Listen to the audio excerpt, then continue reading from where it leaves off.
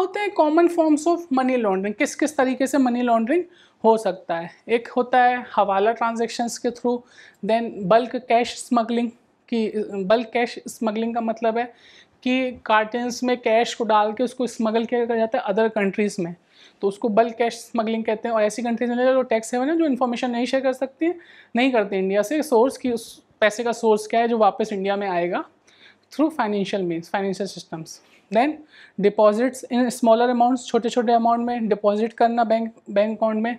Then fictional loans, then cash incentive businesses, यानी कि ऐसे बिजनेसेस जो कैश इंसेंटिव्स होते हैं, यानी कि जिम, हेयर सैलून, ये सब कैश इंसेंटिव है, तो ये बना के पैसा कैश में दिखा के, एक्चुअल में उसमें फुटफॉल नहीं है। आपने नॉर्मली आप मॉल्स वगैरह में भी जाते हो तो वहाँ पे देखा होगा कि कुछ शॉप्स होती हैं जो बहुत टाइम से चल रही हैं, बट अल्टीमेटली वहाँ पे कोई फुटफॉल वगैरह नहीं है।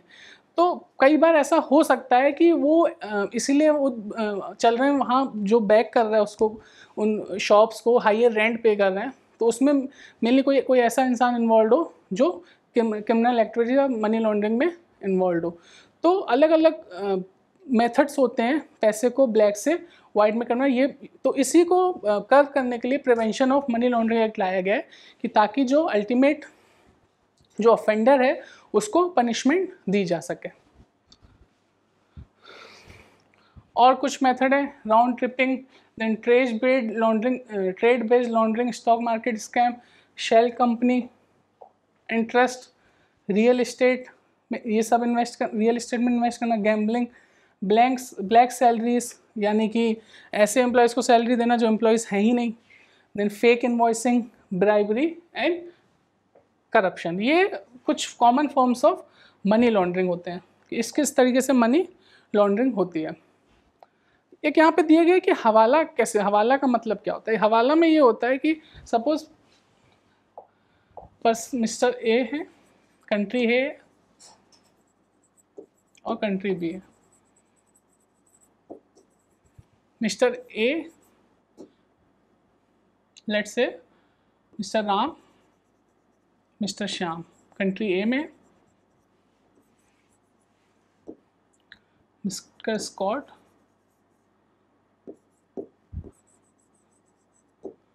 मिस्टर अनिकेत, ये चार लोग हैं कंट्री ए कंट्री बी के। तो मिस्टर राम, मिस्टर श्याम जो हैं, जैसे मिस्टर श्याम जो हैं, इनको मिस्टर अनिकेत को पैसा ट्रांसफ़र करना है कंट्री बी में।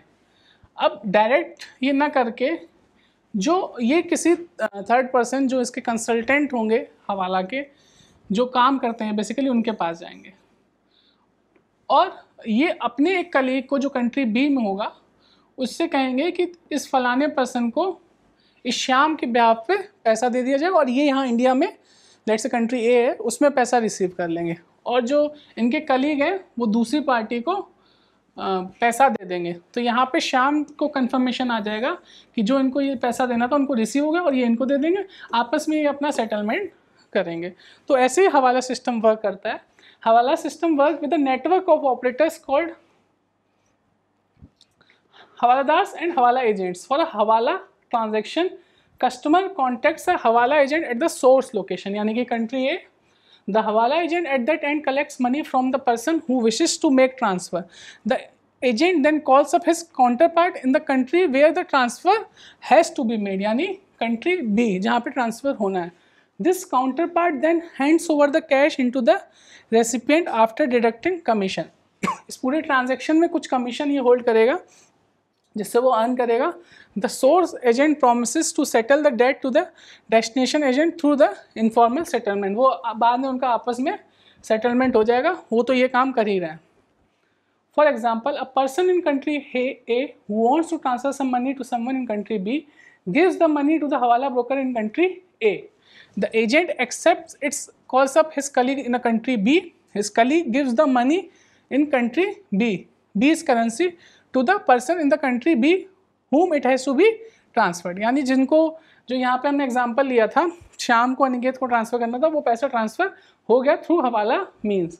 N identification code is requested ensuring that authenticity of the receiver. The same modus operandi is follow with in the country. अब ये हो सकता है क्रॉस बॉर्डर ट्रांजेक्शन भी हो सकते हैं और विद इन द कंट्री पे ट्रांजेक्शन हो सकते हैं. In a Hawala transfer, the money enters into the Hawala system in local currency and leave as local or foreign currency. The currency exchange happens at the rate set by the agents and not the official rates. यानी अगर cross border transaction है तो जो rate होगा, exchange rate होगा, वो जो हवाला एजेंट्स है वो डिसाइड करेंगे. नेक्स्ट जो ये सब एक्टिविटीज़ मनी लॉन्ड्रिंग की हो रही है तो गवर्नमेंट उसके लिए PMLA एक्ट लाई, prevention of money laundering act 2002. तो इसका ऑब्जेक्ट था to prevent the money laundering, यानी कि जिस पर्पस के लिए आया है वो तो सबसे मेन यही है कि मनी लॉन्ड्रिंग जो एक्टिविटीज़ हो रही हैं उनको प्रिवेंट किया जाए. वेरियस एजेंसीज के थ्रू, इन्फोर्समेंट डायरेक्टर और इंडिया में FIU इंट के थ्रू ये रेगुलेट होता है पूरा मनी लॉन्ड्रिंग एक्ट, कि जिससे जो ऑफेंडर्स हैं उनको पकड़ा जाता है, उनको पनिशमेंट दी जाती है. Then to combat prevent channelizing of money into illegal activities and economic crimes.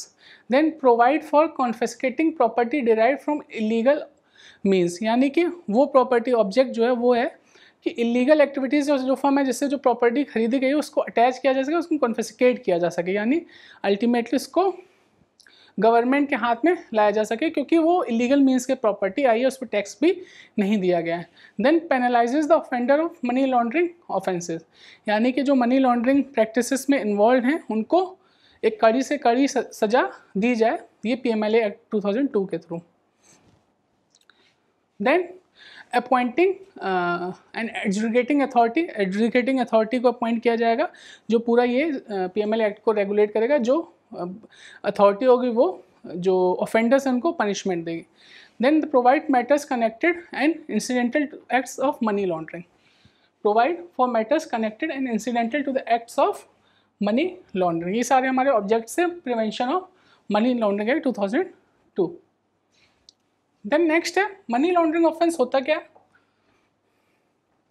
जैसे कि हमने सेक्शन 3 में पढ़ा था, a person shall be guilty of offense of money laundering if he is directly attempted to indulge, knowingly assisted knowingly as a party, or is actually involved in more of the following processes or activity concerned connected with the proceeds of crime. It's concealment, possession, acquisition, use, projecting as untainted property, claiming it as untainted property, untainted with illegality. Then list of offences, किन किन offences को define किया गया है PMLA act के through. Under PMLA the commission of any offence as mentioned in part A and part C of the schedule of PMLA will attract the provisions of PMLA. Some of the acts and offense which may attract PMLA are enumerated below. Part A. Part A and list offenses under various act such as Indian Penal Code, Narcotic Drug Psychotropic Substance Act, Prevention of Corruption Act, Antiquities and Art Treasurers Act, Copyright Act, Trademark Act, Wildlife Protection Act and Information Technology. जो part A के जो offences defined है PMLA, जो इनसे related जो भी offences होंगे वो PMLA एक्ट में कवर होंगे. Then part B specifies offences that are part A offense, any offense में, but the value of involved in such offenses is ₹1 crore or more. Then part C deals with the cross-border transactions, trans-border crimes, and reflects the dedication to tackle money laundering across global boundaries. Method of operation हम लोग discuss कर चुके हैं. Through placement, layering and integration money laundering activities होती हैं, ये PMLA act में भी बताया गया है. Then money laundering viz siphoning of funds,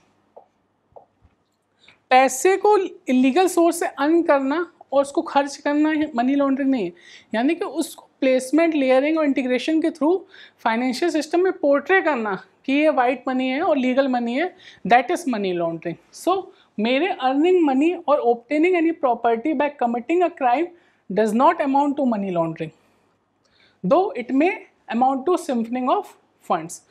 Obtaining or deriving any property by committing a crime which amounts to a scheduled offense and then projecting और claiming such money और property as untainted property amounts to money laundering. अब आता है next punishment for money laundering, कि अगर जो money laundering offence में जो पार्टी ऑफेंडेड पाई जाती है तो उनको क्या पनिशमेंट होगी। इसमें दिया गया है जो रिलेटेड टू एनडीपीएस एक्ट है, जो narcotic drugs psychotropic substance act 1985 है, अगर उसके अंतर्गत कोई ऑफेंस किया गया तो it the punishment may extend to 10 years, other than that with rigorous punishment of 3 to 7 years and fine. तो जो भी ऑफेंस करेगा मनी लॉन्ड्रिंग का उसको पनिश होगी with rigorous imprisonment of 3 to 7 years, उनके लिए जो अदर देन एनडीपीएस एक्ट में ऑफेंस करते हैं। अगर एनडीपीएस एक्ट में ऑफेंस है तो the punishment may extend to 10 years। बस देखते हैं, whosoever commits the offense of money laundering shall be punishable with a rigorous imprisonment for term which shall not be less than 3 but which may extend to 7 years। 3 साल से कम की नहीं होगी, 7 साल तक मैक्सिमम हो सकती है। Provided that where the proceeds of crime involved in money laundering related to any offense of this section is specified under paragraph 2 of the part A, यानी कि NDPS Act 1985, the provisions of this section shall have effect as if for the word which may extend to 7 years, the word which may extend to 10 years has been substituted। यानी कि अगर NDPS act में कोई offence हुआ तो वो punishment आपको max 10 साल के लिए भी हो सकती है विद फाइन। नेक्स्ट है attachment of property involve in money laundering, यानी कि मनी लॉन्ड्रिंग में जो एक्टिविटीज़ में जो इन्वॉल्व है उससे जो रिलेटेड प्रॉपर्टी है, जो रियल इस्टेट में इन्वेस्ट हुए, स्टॉक मार्केट में इन्वेस्ट हुआ, अलग अलग फाइनेंशियल इन्वेस्टमेंट्स हुए, तो उससे रिलेटेड जो भी अटैचमेंट है, जो गवर्नमेंट के पास जो पीएमएलए एक्ट के थ्रू अलग अलग एजेंसीज को एजुकेटिंग अथॉरिटी को राइट्स दिए या ड्यूटीज़ दी हुई हैं to attach confiscate the property of money laundering offenders. So attachment of property involved in money where the director or any other officer not below the rank of deputy director authorized by him for the purpose of this section has the reason to believe, the reason for such belief is to be recorded in writing on the basis of material evidence in his possession that any person in possession of any proceeds of crime, यानी किसी के पास funds हैं जो illegal activities से हैं, such person has been charge of having committed as a scheduled offence, जो हम लोग ने ऑफेंस डिस्कस किए उससे रिलेटेड कोई ऑफेंस है, and such proceeds of crime are likely to be concealed, transfer और dealt with any manner which may result in frustrating any proceeding relating to confiscation of such proceeds of crime under this chapter, he may by order in writing provisionally attach such property for period not exceeding 180 days। यानी कि जो officer है not below the rank of deputy director, उसको reason to believe है कि property मतलब किसी के पास फंड्स हैं जो इलीगल एक्टिविटीज़ से वो फर्दर इन्वेस्ट किए गए हैं किसी प्रॉपर्टी में, तो उनके पास राइट है कि प्रोविजनली किसी प्रॉपर्टी को 180 दिन तक के लिए, वो जिस दिन वो नोटिस सर्व हुआ 180 दिन के लिए प्रॉपर्टी को अटैच कर सकते हैं from the date of the order in the manner provided in the second schedule to the Income Tax Act 1961, and the director or the other office so authorized by him as the case may be shall be deemed to be an officer under the sub rule of Rule 1 of that schedule. Then provided that no such order of attachment shall be made unless in relation to offence under Part A and Part B of the schedule a report has been forwarded to magistrate under the section 173 of the code। ये उनको एक procedure follow करना पड़ेगा कि जो report है वो forward होगी मजिस्ट्रेट को। Then paragraph 2 of part of the schedule, a police report और complaint has been filed for taking cognizance of an offence by the special court constitute under sub section 1 of section 36 of the narcotic drugs and psychotropic substance act 1985। यानी कि इस act के through अगर paragraph 2 और part A of the schedule के through अगर NDPC act के through 1985 में कोई ऑफेंस हुआ है तो एक पुलिस कंप्लेंट फाइल करना और स्पेशल कोर्ट से परमिशन लेना जरूरी है। Then forward the copy of attachment to the adjudicating authority, यानी जो डायरेक्टर होगा, ऑफिसर होगा, जो रिपोर्ट है वो फॉरवर्ड करेगा जो एडजुडिकेटिंग अथॉरिटी है अंडर द एक्ट उनको। Then period of validity of attachment, every order of the attachment made under sub section 1 shall cease to have effect after the expiry of period specified in that subsection or the date of an order made under subsection 2 of the section 8, whichever is earlier. Next है no effect on the right to enjoy the property.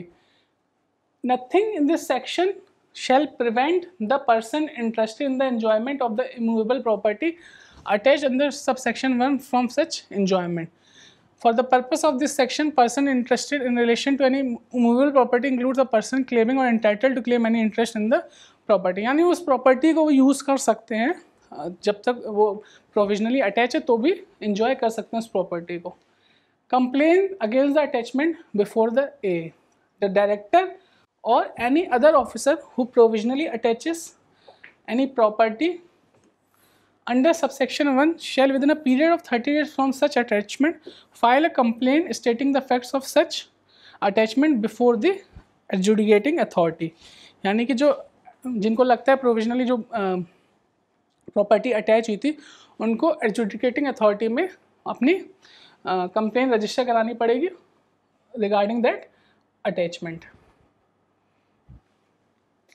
Then actions that can be initiated against the person involved in money laundering, कि क्या उनके खिलाफ action लिए जा सकते हैं। जैसा कि हम लोगों ने डिस्कस किया कि ऐसा कोई भी पर्सन जो मनी लॉन्ड्रिंग एक्टिविटीज़ में इन्वॉल्व है उनको पनिशमेंट होगी, रेगुलर पनिशमेंट 3 to 7 years, और अगर NDPS एक्ट के थ्रू अगर वो कोई ऑफेंस है तो वो पनिशमेंट 10 साल के लिए हो सकती है, fine that is without any limit.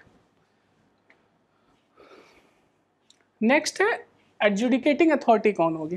तो अब PMLA ने अंडर PMLA सेंट्रल गवर्नमेंट ने एक एडजुडिकेटिंग अथॉरिटी बनाएगी जो पूरे जो भी ऑफेंसेस होंगे उन केसेस को सुनेगी। Under the PMLA the central government has the power to appoint an adjudicating authority to exercise powers and authority conferred under this act. And adjudicating authority must consist of a bench of a chairperson. उस adjudicating authority में एक chairperson होगा, then 2 other members out of which 1 individual must have experience in law and administration, finance और accountancy field. यानी कि जो composition of committee होगा वो ऐसा होगा, chairperson होगा, 2 और लोग होंगे जिसमें एक को law, admin, finance और accountancy field में knowledge होना ज़रूरी है। An individual in the field of law can be a member of adjudicating authority if he/she has qualification to be appointed as a judge of any district, has been a representative member of the Indian legal service and has held a post in grade 1 of that service. यानी कि ये eligibility बता रहा है कि कौन हो सकता है हमारा मेंबर उस AA में। The bench of the adjudicating authority will operate in New Delhi and other location as specified by the central government and the chairperson. और कौन सी अथॉरिटीज़ गवर्नमेंट ने किन अथॉरिटीज़ को ये काम दिया है फॉर इन्वेस्टिगेशन। सबसे पहले इन्फोर्समेंट डायरेक्टरेट, एक पहली एजेंसी आपने अक्सर सुना होगा नाम। देन FIU इंड यानी कि financial institution intelligence unit India. तो enforcement directorate in the department of revenue, ministry of finance, the government of India is responsible for investigating the offences of money laundering under the PMLA act. Then financial intelligence unit FIU IND under the department of revenue, ministry of finance is an independent body reporting directly to the economic intelligence council EIC headed by the finance minister. FIU IND is a central national agency responsible for receiving, processing, analyzing and disseminating the information relating to suspected financial transaction. Then एक FATF होती है, financial action task force, जो global recognised body होती है जो money laundering activities के offences को देखती है। देन क्या रिस्पॉन्सिबिलिटी होती है इन एजेंसीज की? For coordinating and strengthening the efforts of national and international intelligence. Then investigations for pursuing the global efforts against the money laundering and related crimes. The scheduled offences are separately investigated by agencies mentioned under respective acts. For example, local police, CBI, Customs Department, SEBI, or other any investigative agency as the case में भी. अलग अलग act में भी जो अलग अलग investigative agencies हैं वो भी इन ट्रांजेक्शन्स को जब सस्पेक्ट होता है तो इन्वेस्टिगेट करती हैं. Then what are the powers and duties of the adjudicating authority? जो एक्ट के जो PMLA एक्ट 2002 में adjudicating authority है उसकी क्या powers and duties हैं एक बार देखते हैं. The adjudicating authority will issue a notice to the person against whom it has received a complaint of money laundering offense under the PMLA Act. It can issue notice such a person calling him to indicate the source of his or her income, earnings or asset out of which he she has acquired the property attached, seized or frozen. यानी कि it can issue a notice such a person calling him to indicate the source of his or her income, earnings or assets out of which he or she has acquired the property attached, seized or frozen by the director appointed under this act, and to show why such property should not be declared as property involved in money laundering and confiscated by the central government. यानी कि जो adjudicating authority है court का काम करती है under the act कि जो डायरेक्टर है जिसने प्रोविजनली प्रॉपर्टी को अटैच किया होगा वो अपनी 30 डेज में नोटिस देगा और एडजुडिकेटिंग अथॉरिटी कोई भी इंफॉर्मेशन मंगा सकती है उस पर्सन से कि वो प्रूफ करे कि क्यों इस प्रॉपर्टी को जो सीज हुई है उसको क्यों ना कॉन्फिस्केट किया जाए सेंट्रल गवर्नमेंट के द्वारा. Then the adjudicating authority will record a finding whether all or any of the property referred to in complaint are involved in money laundering after considering a reply from a person accused of the offence, hearing the aggrieved person and to director and taking all evidence into account. When the adjudicating authority decides that a property is involved in money laundering, the person accused of the offence will confirm in writing the attachment, seizure and frozen of the property. Such property will be released to the person entitled to receive it.